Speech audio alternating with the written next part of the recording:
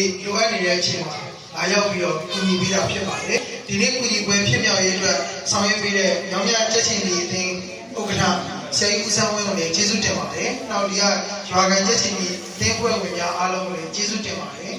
ဒါမိသားစုတွေလည်းမကြမီမှာအများဆုံးပြန်လည်ထူထောင်နိုင်ပါစေလို့လိုအပ်တဲ့ထူထောင်ရေးကိစ္စဝေါကိုလည်းကျွန်တော်သက်ဆိုင်ရာတာဝန်ရှိသူများနဲ့ပူးပေါင်းပြီးတော့ဆောင်ရွက်မှာဖြစ်ပါတယ်ဒီအတွက်လည်းလိုအပ်တာရှိရင်ကျွန်တော်တို့ပြောပါကျွန်တော်တို့လည်းတက်နိုင်တဲ့ဘက်ကနေဝိုင်းဝန်းကူညီဆောင်ရွက်ပါမယ်လို့ကြိပေးပါတယ်အားလုံးကျေးဇူးတင်ပါတယ်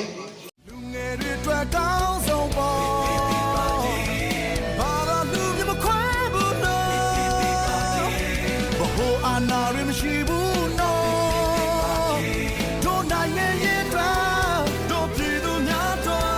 တို့နာကြရဲ့အတွက်နေကြရဲ့အတွက်ပြည်ပြည်ချင်းပေါ်လာပြီးပြည်သူရှေ့ဆောင်တို့ပါတီပြည်ပြည်ချင်း